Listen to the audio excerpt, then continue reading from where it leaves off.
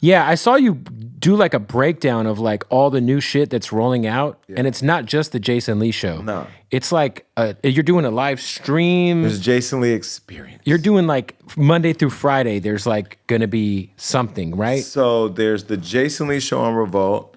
And you're the first person on this whole run for people to ask me this question because I think people are, and I love that people are focused on the show, but people who are when you made that announcement, I was like, oh shit. Yeah, that's a lot. So the Jason Lee show on Revolt, we filmed 5 episodes last week before I went on the press tour, but that's going to air once a week on Revolt, 10 p.m. Eastern on Revolt TV cable. Then the audio for that rolls out the day before. Mm-hmm. And so what was holding up the deal was trying to figure out where's this audio going to live, because I was also in negotiations for a podcast deal.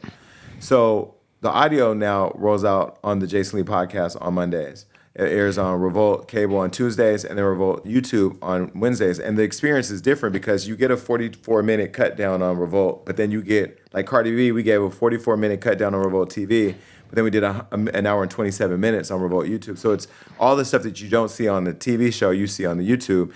And then I felt like, okay, what is it that I don't want to be the talk show host or the host that just talks to the audience. I want to hear from them what the fuck they think about what we're talking about. So we created Jason Lee After Dark, where that Wednesday when the YouTube hits and everybody's heard it on audio, watched it on cable, watched it on YouTube, they can then come into a live experience, like a Watch What Happens lifestyle environment at night. And we can be drinking and talking, and fans can come in and on ask video, questions, or call in, talk their shit.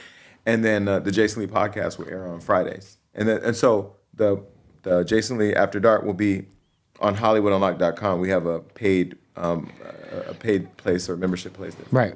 Help me understand, because I see a lot of big podcasts are going the direction of doing deals with Revolt and having their content live on Revolt's YouTube channel.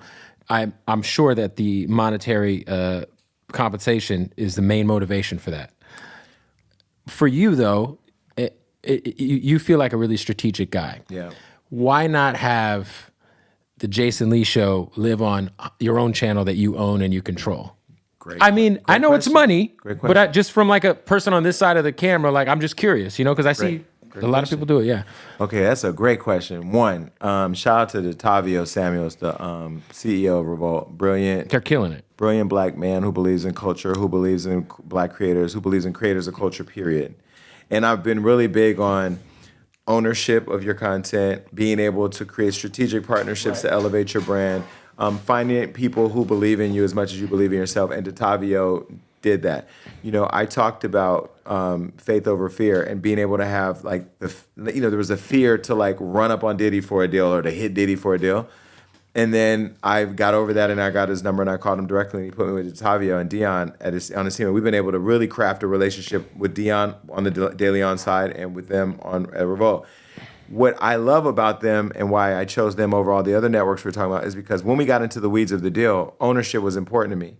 So I share in the ownership of the content I create with them, but I own the show name and I own a share in the profit of the show equally. So we're partners. I don't work for them. They don't work for me, but our teams have integrated and aligned in a way where I went with a 5-person publicist team, and there's 6 publicist team, and now there's 11 publicists working on the show. That only amplifies the Jason Lee brand. That only amplifies the visibility. And I love the fact that they also do paid media as much as we do earned media. So the way we just worked this whole rollout with Cardi, over 4 billion media impressions, over 7 million social media impressions, trended number 2 on. No, I saw you post like the email screenshot of like the stats. It was crazy. And that's the first episode. Right. We plan to keep going. So yeah, I think the fact that they believe in the ownership and of the content was great. I don't know why everybody else did. The money is good. I won't say it's not. But you know what? I've been offered deals where people have come to me and said, what if we offer you $15 million to come over here, but we own all your content outright? Fuck that. You own are you fucking dumb? Yeah, fuck that. Nah. Sure. Because I can get the 15 million. Because you're obviously financially well off compared to like a lot of people. Like I'm not in your business, but you're not doing too bad. But you could easily, I mean, you did it with the Hollywood Unlocked show, right? Yes. But you could easily have pulled off this entire thing without Revolt's help. I could have. But I do think that this is also a lesson that like some people get so hung up in being like, nah, I got this. I'm over here on my own. That it's like, you said strategic partnerships that can benefit what you're doing. I think some people, especially in like hip hop culture, are so like hung up on being independent now, and not necessarily like. Sometimes it's very beneficial to partner. Yeah. Because the bag is bigger in the long run. Yeah, but you got to pay attention. Like, pay attention to all the greats that are out there. Because I'm paying attention, right? We just got our valuation, $50 million valuation. Congratulations! I saw you guys just locked down some funding for like $1.8 million or something. Well, it's a little bit more than 1.7, but because of the way it's structured, we can only announce the 1.7 now. But there's more to come. But we have some really good strategic partners. A lot of people offer me money. Oh, this and that, whatever. I still own 90% of the company. I still have control of the company, and I make the 10% is investors. Correct. Okay. There's a group of people that are strategics. Right. So again, these are people who have access to billions of dollars, have access to huge infrastructure. I just met with somebody yesterday who was like, don't close that round until I can get in there. And this person, going to open the whole world up in terms of brands.